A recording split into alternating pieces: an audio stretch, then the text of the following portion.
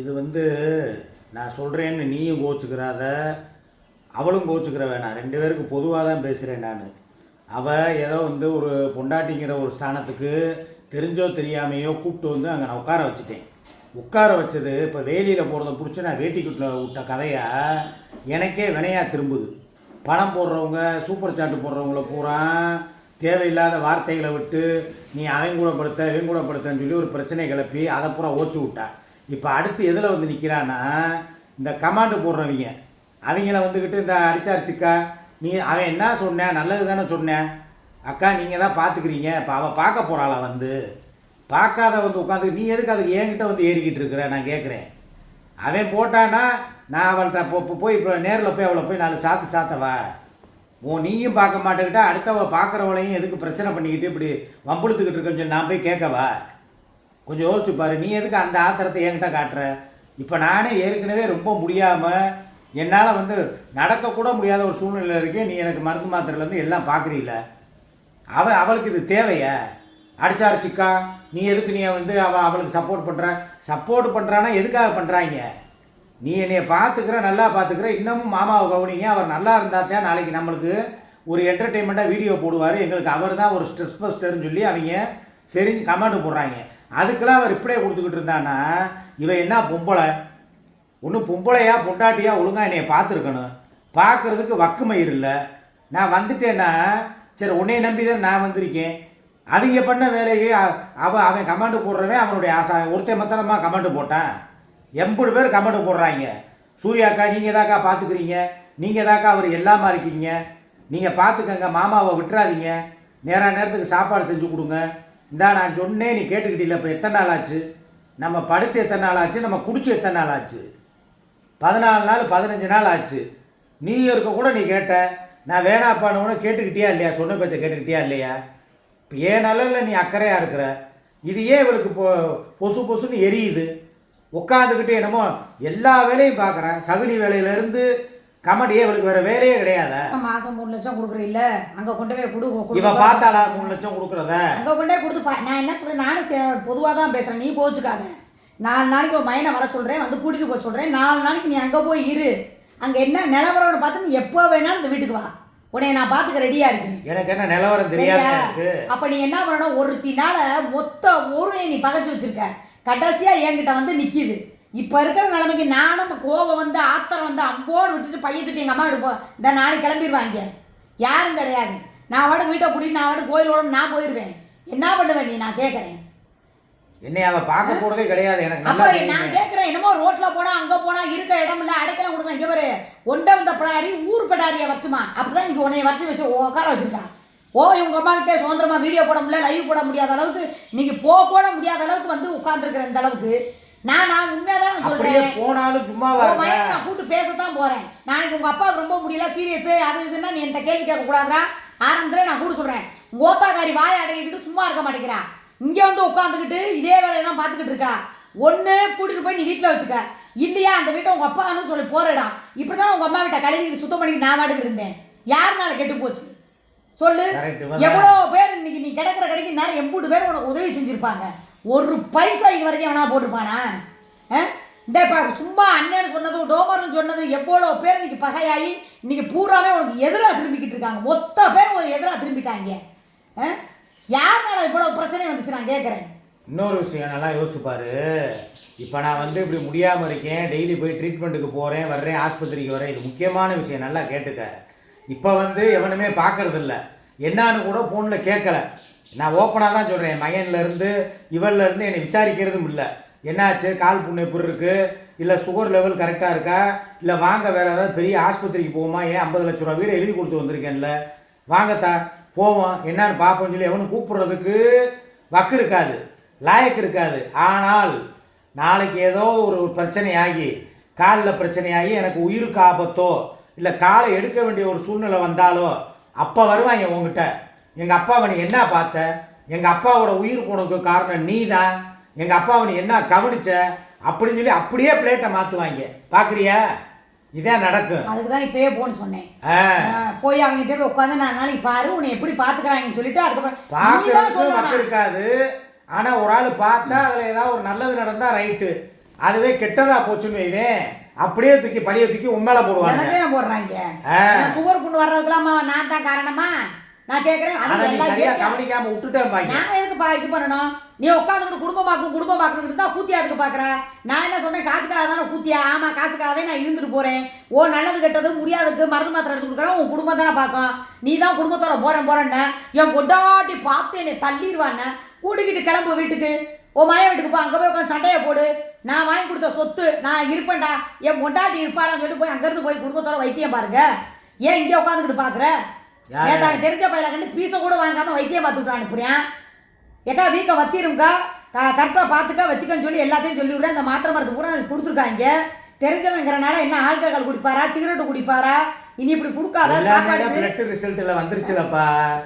எத்தனை வருஷம் குடிக்கிறாரு, ரத்தத்தில் ஆல்கஹால் இருக்கா இல்லையாங்கிறத தான் புட்டு வச்சிருமே ரிப்போர்ட்டு. இப்போ என்ன பழைய காலமா? சும்மா வந்துக்கிட்டு பார்த்துட்டு பிளட்டில் சுகர் இவ்வளோ இருக்குது, பிபி இவ்வளோ இருக்குது, கொழுப்பு இவ்வளோ இருக்குன்னு கண்டுபிடிக்கிறதுக்கு. அதையும் தாண்டி நீ எவ்வளோ வருஷம் குடிக்கிற, நீ என்னென்ன குடிக்கிற, நீ எத்தனை நாளைக்கு முன்னால் ஒன்றா இருந்த, உடல் உறவு வச்சுக்கிட்டங்கிறது முதற்கொண்டு ரிப்போர்ட்டில் வந்துடும். அது தெரியுமா?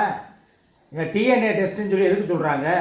அதே மாதிரி தான் ரத்தத்தில் உள்ளது எல்லாத்தையுமே கண்டுபிடிச்சி அக்கு வேறு ஆணி வேறு இன்றைக்கெல்லாம் வந்து டெக்னாலஜி வளர்ந்துருச்சு. அது தெரியுமா? அதுக்கு தகுந்த மாதிரி நம்ம போகணும். ஒரே விஷயம் தான் சொல்கிறேன். கூட்டிகிட்டு போய் ஒன்றும் உன் மயன் வீட்டில் விடு.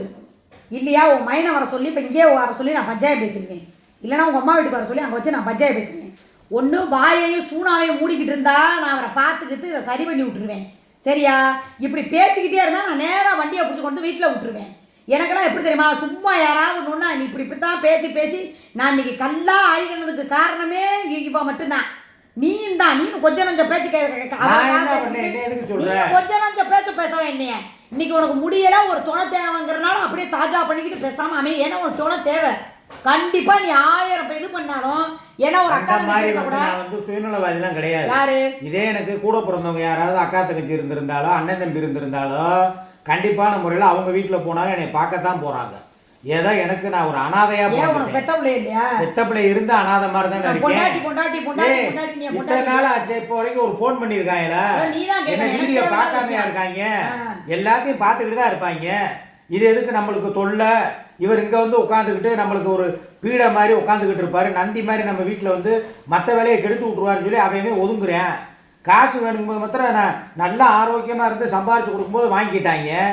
இன்றைக்கி நான் எனக்கு இந்த நிலைமையாக இருக்கும்போது அதான் சொல்கிறது, கஷ்டப்படும் போது தான் நம்ம கூட யார் நிற்கிறாங்கிறது, நல்லவங்க யார் கெட்டவங்க யாருங்கிறது நம்மளுக்கே தெரியும். இப்போ இதே நான் அங்கே போய் இருந்தேன்னா எனக்கு அதுக்கு உண்டான அந்த மருத்துவ வேலைகளை ஆஸ்பத்திரிக்கு போகிறதுக்கு முடியுமா? ரெண்டாவது அவகிட்டலே காசு இருந்தாலும் அவள் அதை எடுப்பாள.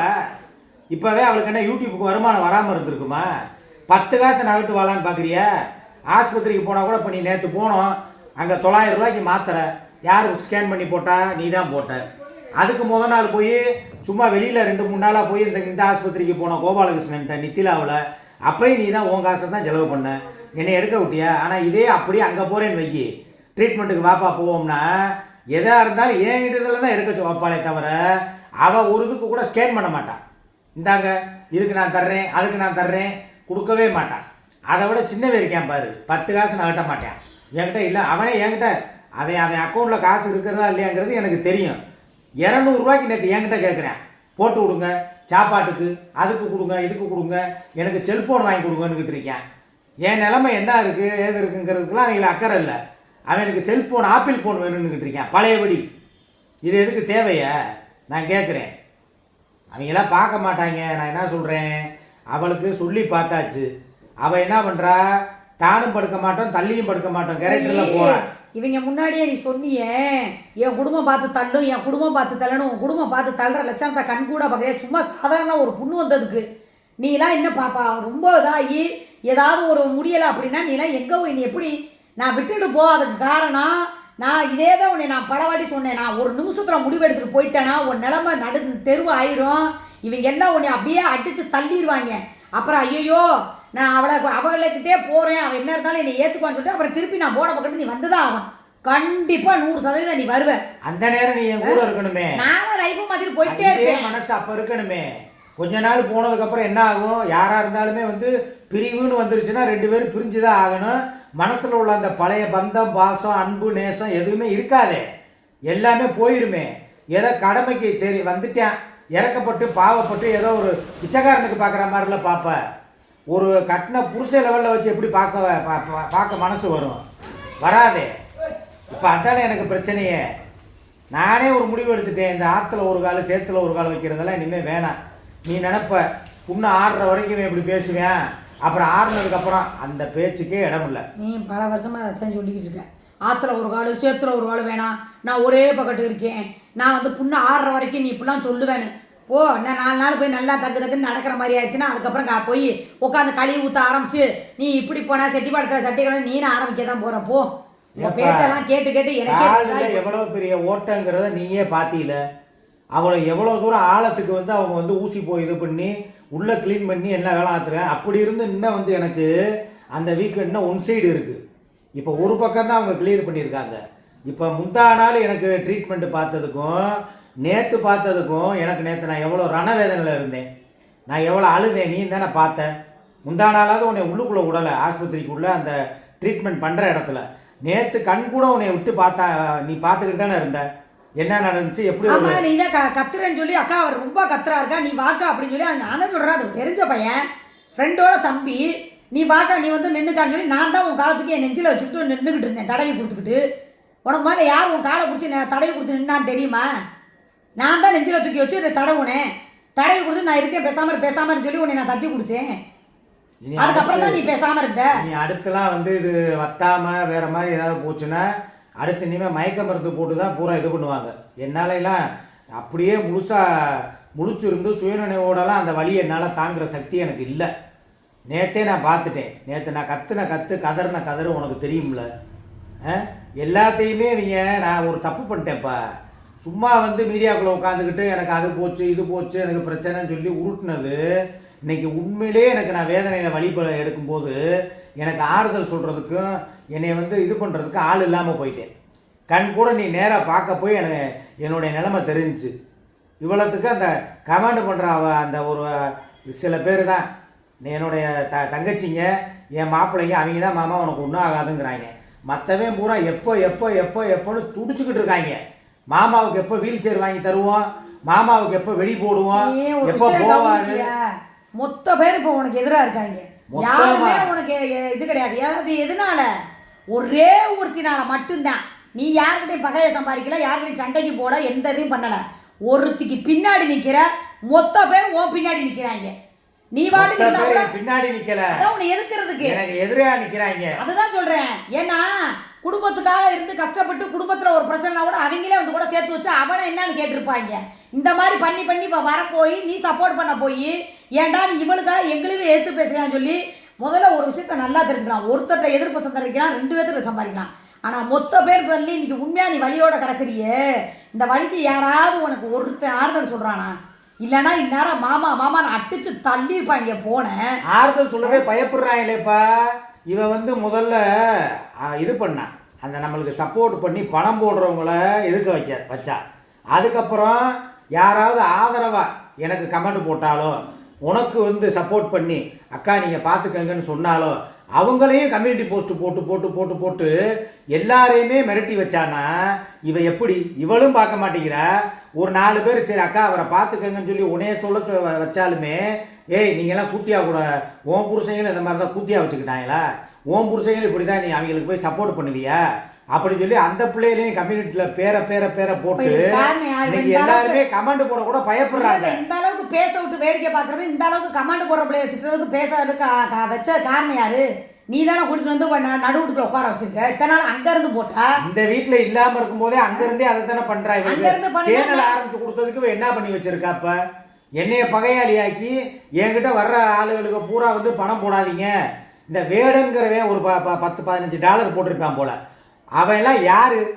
எனக்கு அவனுக்கு ஆகாது, என் எதிரி தானே அவன். இப்போ அவனை போய் இப்போ கம்யூனிட்டி போஸ்ட் போட்டு நன்றி வேடன் அவர்களுக்கு நன்றி அப்படின்னு சொல்லி இவளே போட்டிருக்கானா, அப்ப ஆடு பக குட்டி உறவ உன்னை படுக்க வச்சு வாயில ஒண்ணு கடிக்கிறேன்னு கேட்டவன் இவன் வாயில படுக்க வச்சு ஒண்ணு கடிப்பான் வாயில. உன் கேரக்டருக்கும் அவன் கேரக்டர் வித்தியாசத்தை பத்தியா? என்னைய ஒருத்தன் அப்படி திட்டினாங்கிறதுக்காக நீ பகைச்சுக்கிட்ட அவனை. உனக்கும் அவன் வந்து அக்கான்னு பேசினவன் தான். மாமா அவன் எதுக்குற அப்படி பேசின? காசை போட்டா வாயில ஒண்ணுக்கு இருப்பேன்னு சொல்லுவியா அப்படின்னு சொல்லி அவனை கலட்டி விட்டது நீ தானே. இதோட இனிமேல் எங்கள் லைவுக்கே வரக்கூடாதுன்னு சொல்லி அவனை பற்றி விட்டது நீ தானே. அப்போ எனக்கு ஒன்றுனா நீ துடிக்கிறியே, அப்போ என்னை அவ்வளோ தூரம் பேசுகிறவனை நன்றி காசு போட்டால் நன்றி அப்படின்னா அப்போ அவள் எப்பேற்பட்டவளாக இருப்பா? ஒரு கட்டின புருஷனை ஒருத்தன் கேவலப்படுத்திருக்கான், அவனை போய் வந்து உட்காந்துக்கிட்டு நன்றி சொல்கிறான்னா என்ன அர்த்தம்? ஏன் அந்த $15 பார்த்ததே கிடையாதா? இல்லை எனக்கு தான் நான் அவனுக்கு கூளை கும்பிடு போட்டு ஜாலரா அடித்தேன்னா சரிங்க மாப்பிள்ள நீங்கள் வாயில் ஒன்றுக்கு இருந்துக்கங்க அப்படின்ட்டா எனக்கு நேரம் போட்டுக்கிட்டே தான் இருந்திருப்பேன்.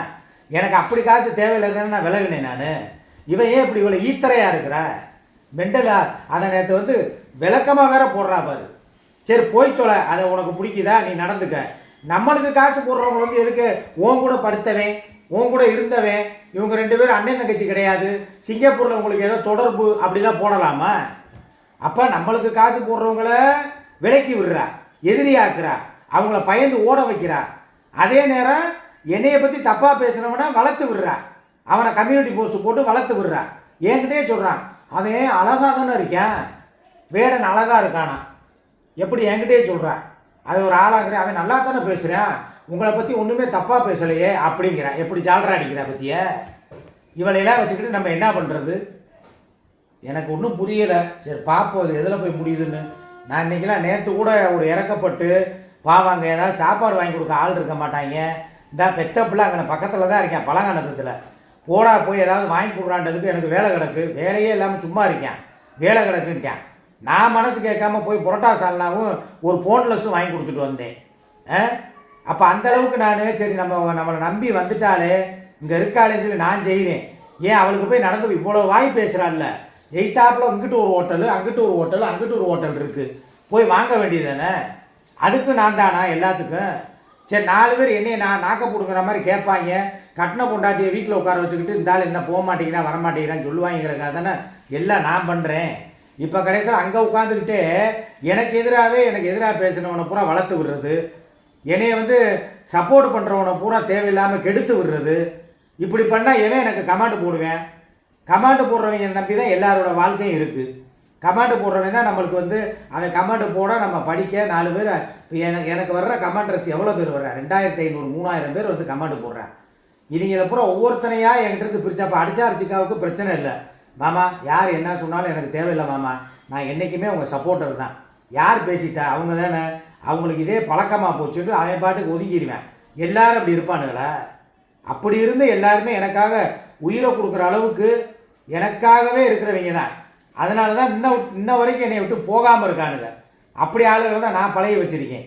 எவ்வளவு எதிரிகள் வந்தாலும் கூடவே இருக்கிறவங்களே குழி பறித்தாலும் மாமா முக்கியம்னு சொல்லி வாழ்கிறவங்க தான் நிறைய பேர் இருக்கேன் என் கமெண்ட்டுக்கு வர்றவன். அப்படி ஆளுகளை தான் எனக்கு கடவுள் கொடுத்துருக்குறாரு. அவங்களுக்காக தான் நான் இருப்பேன். ஆனால் இப்போ போக்கு சரியில்லைப்பா. இப்போ நான் ஒரே வார்த்தையில் என்ன சொல்கிறேன்னா, இன்னையிலேருந்து சொல்கிறேன், நாங்கள் போகிறதில்ல. ஒன்று நீ சொன்ன மாதிரி அவனுக்கு போன போடு, நானே பேசுகிறேன். இப்படி பிரச்சனை பண்ணிக்கிட்டே இருந்தால் பழையபடி வந்து நான் கூப்பிட்டு போய் உங்கள் அம்மா உங்கள் வீட்டில் வச்சுக்க, இல்லை நானும் வர்றேன், என்னை ட்ரீட்மெண்ட் பார்க்குறீங்களா, உட்கார வச்சு பார்க்குறீங்களா, பாருங்கள் என்ன சொல்கிறீங்க. பார்க்குற ஆளை வந்து சும்மா உரண்டை இழுத்து வம்புழுத்து கெடுத்து விடக்கூடாது அப்படின்னு சொல்லி நான் பேச போகிறேன். நாளைக்கு எனக்கு எதாவது ஒன்றுனா அதுக்கு நான் தான் பொறுப்பு, அவளுக்கு அதுக்கு சம்மந்தம் இல்லைன்னு சொல்லி சொல்ல போகிறேன். இது எதுக்கு நீ என்ன ஊமப்படமாக ஓட்டிக்கிட்டு இருக்கேன்? நீயே உட்காந்துக்கிட்டு சும்மா இருக்க? நீ தான் பேசுகிற பேசு. நானே பேசிக்கிட்டே இருக்கவ ஏற்கனவே எனக்கு வலிக்காத போய் சும்மா கிடந்தோட சொரிஞ்சு கொடுத்து நடுவில் உட்கார வச்சுக்கிட்டு நானே பேசுவேன் நானே நீ தான் பேசணும். ஊரே ஒன்றா பேசுகிற, இன்னும் நல்லா இல்லை இருந்துட்டா உன்னெல்லாம் கையில் குடிக்குமா சொல்லு? அவளை இந்த அளவுக்கு இருக்கும்போது நீ இந்த வருத்து வர்ற, உட்காந்து ஒருத்தருக்கா கம்யூனிட்டி பேசு, வேடம் என்ன பேசுனாலும் பரவாயில்லன்னு சொல்லிட்டு என்ன கூட தான் அக்காங்கிறது மறுவார்த்தை சொன்னதில்லை. கரும கேவலம். சரி பார்ப்போம் என்னன்னு சொல்லி.